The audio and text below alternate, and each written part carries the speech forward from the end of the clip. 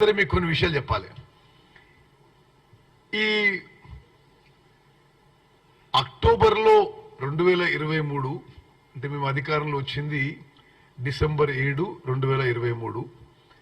అప్పుడు 23 టీఎంసీల నీళ్లు సముద్రంలో వదిలిపెట్టింది కేసీఆర్ ప్రభుత్వమే. అదేవిధంగా చాలా స్పష్టంగా 2019లోనే ఈ బ్యారేజీల్లో జరుగుతున్న లీకేజీలు ప్రాబ్లమ్స్ అనేక సందర్భాల్లో నోటీస్ అయ్యి అప్పుడే వీళ్ళు సరిగ్గా రెక్టిఫికేషన్ తీసుకుంటే ఇప్పుడు ఈరోజు ఈ పరిస్థితి రాకపోయేది. కేఆర్ఎంబి గురించి ఏదో మాట్లాడతాడు. అసలు విచిత్రమైన విషయం, ఈ పెద్ద మనిషి పోయి కేఆర్ఎంబికి అప్పచెప్పడానికి ఒప్పుకొని వచ్చిండు. 9 ఏళ్ల పాటు ప్రతి సంవత్సరం యునానిమస్ గా వాళ్ళు పోయి మేము కృష్ణా ప్రాజెక్టులు కేఆర్ఎంబి అప్పచెప్తామని చెప్పొచ్చిండ్రు.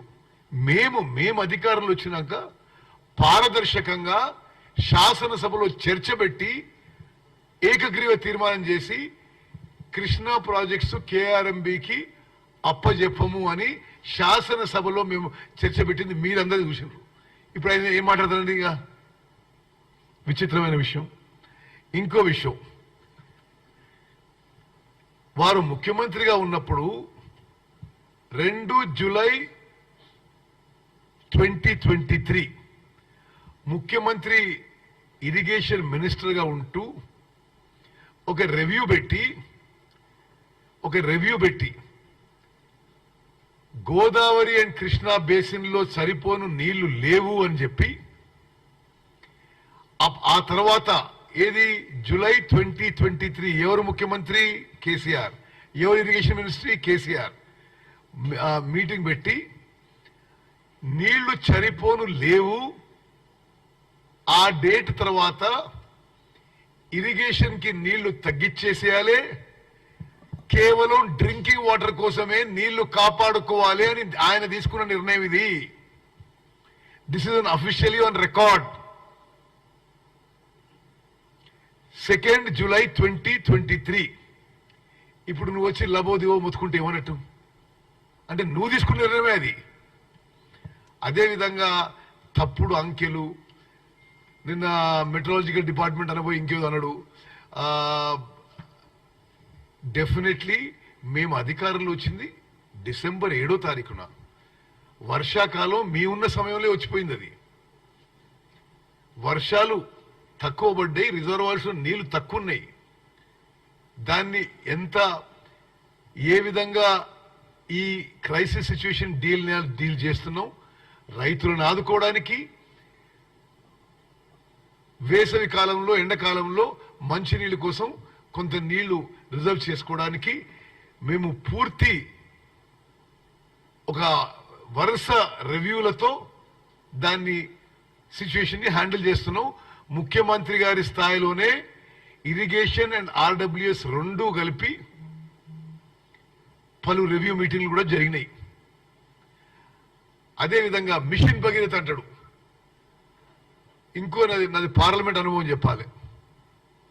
నేను పార్లమెంట్లో ఒక క్వశ్చన్ వేసిన, ఏమని, అసలు ఈ మిషన్ భగీరథకి ఎంత ఖర్చు పెట్టిన మీరు, ఎంత అప్పులు తీసుకొచ్చిండ్రు, ఎన్నిళ్ళకి నీళ్ళు ఇచ్చిండ్రు అని.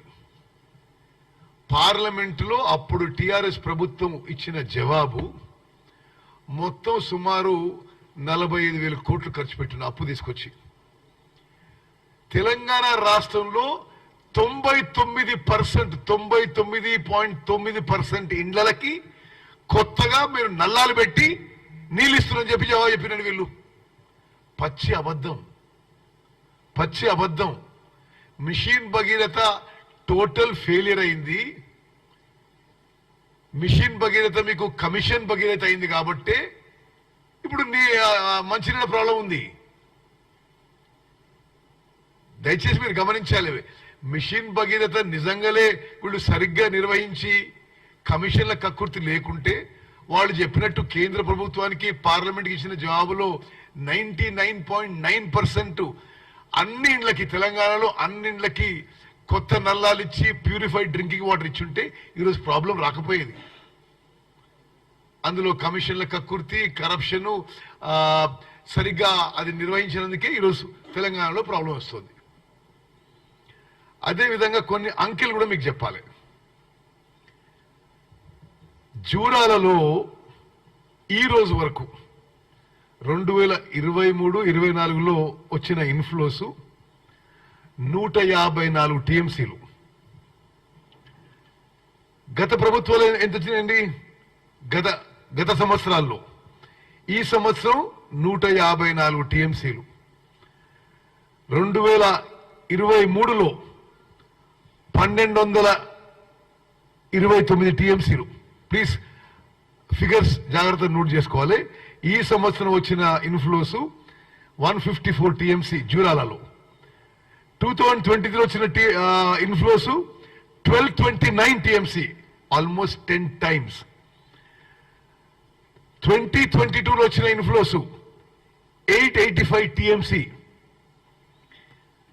2021లో వచ్చిన ఇన్ఫ్లోస్ 1300 టీఎంసీలు, 1306.25 టీఎంసీలు. మరి ఇది ప్రకృతి వైపరీత్యమా, మరి ఇంకేదైనా తెలంగాణ ప్రజలు ఆలోచించాలి. అదేవిధంగా ఇంకొన్ని ఫిగర్స్ మీకు చెప్తా. నాగార్జున సాగర్ లో నిజంగా కృష్ణా బేసిన్ కి, కృష్ణా నదిపై ఉన్న ఉమ్మడి మహబూబ్ నగర్, ఉమ్మడి నల్గొండ, ఉమ్మడి ఖమ్మం ఆయకట్టుకి మోసం చేసింది కేసీఆర్ జగన్మోహన్ రెడ్డి దోస్తీతో వాళ్ళు పోతిరెడ్డిపాడు సామర్థ్యం పెంచుకున్నా, అక్కడ రాయలసీమ లిఫ్టిగేషన్ స్కీమ్ కృష్ణా నది శ్రీశైలం బ్యాక్ వాటర్ నుంచి నీళ్లు ఎత్తుకపోయినా, ముచుమరు నుంచి నీళ్లు ఎత్తుకపోయినా, ఎవ్రీడే 10 టీఎంసీలు ఎత్తుకపోయినా, ఇల్లీగల్ గా మన నీళ్లు తీసుకపోయినా నోరు మెదపని ఆనాటి ముఖ్యమంత్రి కేసీఆర్ జగన్మోహన్ రెడ్డి గారితో రోజు హలాయి బలాయి చేసుకుంటూ, వాళ్ళ ఎలక్షన్లకు కూడా ఇక్కడి నుంచి పైసలు పంపిస్తూ, కృష్ణా నదీ జలాలు వాళ్ళు ఇల్లీగల్ డైవర్ట్ చేస్తుంటే మాట్లాడకుండా ఈ రోజు ఆయన మొసలి కన్నీళ్లు కాల్స్తుంటే ఇది ఎంత వికారమైన విషయం ఆలోచన చేయాలి. ఉమ్మడి ఆంధ్రప్రదేశ్ లో కూడా నేను అంకెలతో సహా శాసనసభలు నిర్మించిన ఉమ్మడి ఆంధ్రప్రదేశ్ లో కూడా కృష్ణా నదీ జలాలు ఆంధ్రాకి తక్కువ డైవర్ట్ అయినాయి, ప్రత్యేక తెలంగాణలో ఎక్కువ డైవర్ట్ అయినాయి. ఇది కేసీఆర్ అసమర్థత. కేసీఆర్ జగన్ కలిసి మరి ఉమ్మడి నల్గొండ, ఖమ్మం, మహబూబ్ నగర్ జిల్లా ప్రజలపై, రైతులపై చేసిన కాన్స్పిరసీ ఇది.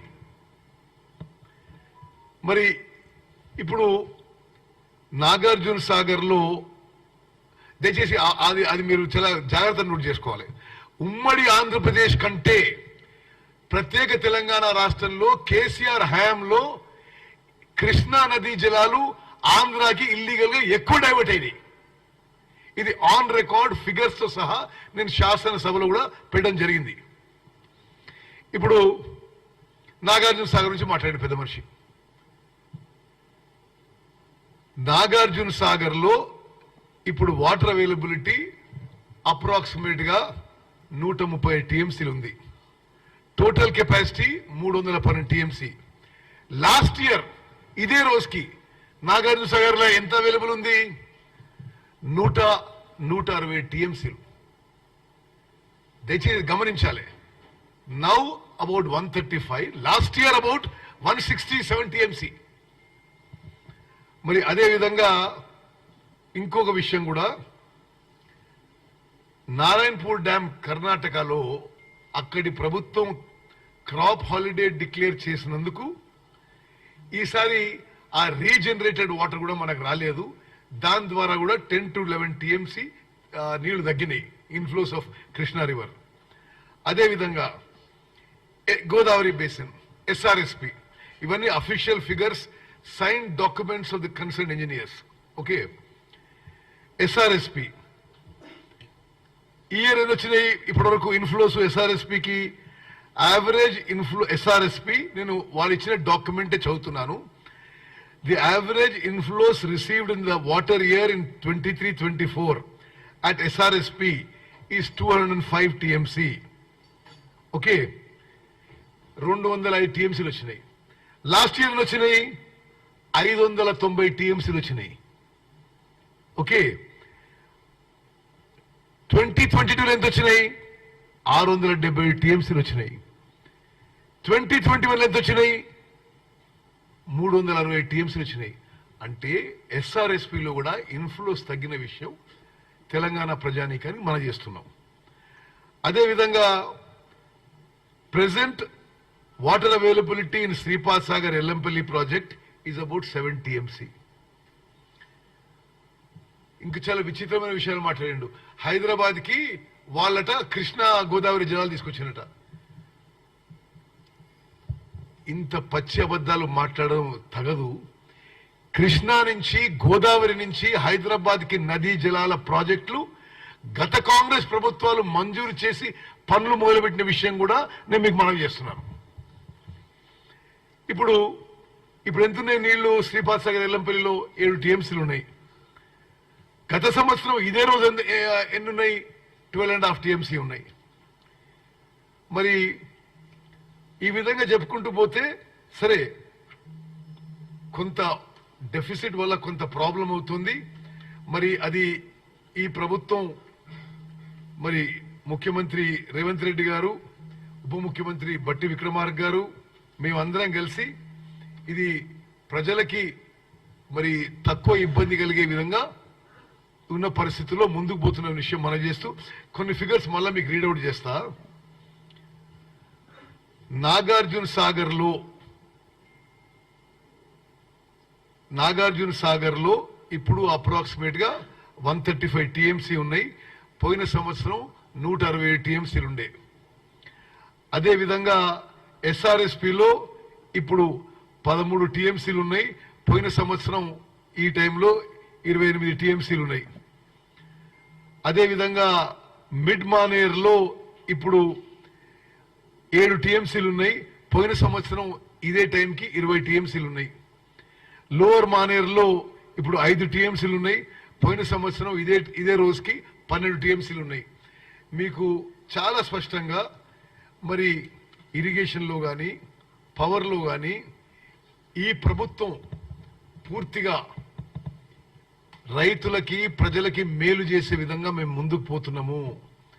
ఇటువంటి రూమర్స్, ఇటువంటి బేస్లెస్ అలిగేషన్స్ ఎవరు నమ్మొద్దు. తమ అధికారం పోవడమే కాదు, చాలా విచిత్రంగా నిన్న కేసీఆర్ గారు పోలీసు వాళ్ళకి అంటున్నాడు, పోలీసు వాళ్ళు మీరు న్యూట్రల్గా ఉండాలి అది ఇది అంటున్నాడు. అసలు పోలీస్ శాఖని ఎక్కువ మిస్యూజ్ చేసుకుంది. ఫోన్ ట్యాపింగు, ఇక రకరకాల మరి వాళ్ళ డబ్బులు వాళ్ళ పోలీస్ వ్యాన్లు తీసుకపోవడం ఎక్కువ ఉపయోగించింది కేసీఆర్. ఉమ్మడి ఆంధ్రప్రదేశ్లో కానీ భారతదేశంలో ఇంకెవరు ఉపయోగించారు. ఆయన పోలీసు వాళ్ళకి చెప్తున్నాడు మీరు న్యూట్రల్గా ఉండాలి అది ఇది అంటున్నాడు ఆయన. మరి ప్రభుత్వం కోల్పోయి ఒక నిస్పృహలో, ఒక ఫ్రస్ట్రేషన్లో, ఒక డిప్రెషన్లో మాజీ ముఖ్యమంత్రి కేసీఆర్ గారు మాట్లాడిన అబద్ధాలని ఖండిస్తున్నాము. ఇంత దిగజారుడండి. 100 రోజుల్లో 205 మంది సూసైడ్ చేసుకున్నారు. కేసీఆర్ గారు ఇటువంటి అబద్ధాలు మాట్లాడడం తగదిది. ప్రజా జీవితంలో కొన్ని విలువలు ఉండాలి. ఇట్స్ ఎ కంప్లీట్ లై. 100 రోజుల్లో 200 మంది సూసైడ్, కంప్లీట్ లై. మరి మీరు పవర్ విషయం మాట్లాడడం మీరు ఏం చేయలేదు. పవర్లో మీరు ఇరిగేషన్ సర్వనాశనం చేసినారు. మీరు అన్ని విధాలుగా రాష్ట్రాన్ని అప్పుల పాలు చేసినారు. మీరు 10 ఏళ్ల పాటు దోపిడీ చేసినారు. రాష్ట్ర ప్రజలు ఒక స్వీపింగ్ మ్యాండేట్ మీకు వ్యతిరేకించారు. మరి మీరు కొద్దిగా హుందా ఉండి మీరు ఇటువంటి తప్పుడు ఆరోపణలు మానుకోవాలి, ప్రజలందరూ గమనిస్తుందని చెప్పి నేను మనవి చేస్తున్నాను.